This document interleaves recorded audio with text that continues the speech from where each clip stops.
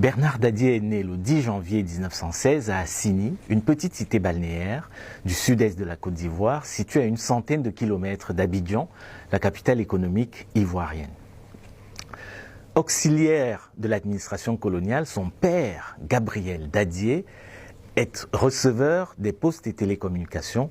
À l'époque, on dit les postes et télégraphes. En 1922, Gabriel Dadier est naturalisé français, ce qui était relativement rare pour les indigènes à l'époque.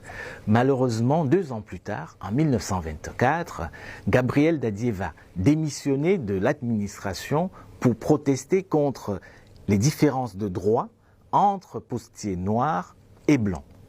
Et c'est sans doute dès cette époque-là que son fils Bernard Dadier va être sensible au joug colonial et à ses conséquences, ses ravages au sein des sociétés coloniales. En 1935, il va poursuivre ses études à l'école normale William Ponty, qui se trouvait à cette époque-là sur l'île de Gorée, au Sénégal. Et l'école normale William Ponty, à cette époque, est la fabrique des élites africaines, des élites indigènes, comme on dit à l'époque, qui sont nécessaires au fonctionnement du système colonial. D'ailleurs, les besoins en main-d'œuvre sont tellement importants à l'époque qu'une année simplement après y être rentré, Bernard Dadier va être obligé de s'intégrer dans le monde professionnel en tant que commis d'administration, et il est affecté à Dakar, au Sénégal. Mais très vite, il se sent à l'étroit dans ce statut de petit fonctionnaire et il en profite pour étoffer sa culture générale et sa conscience historique africaine.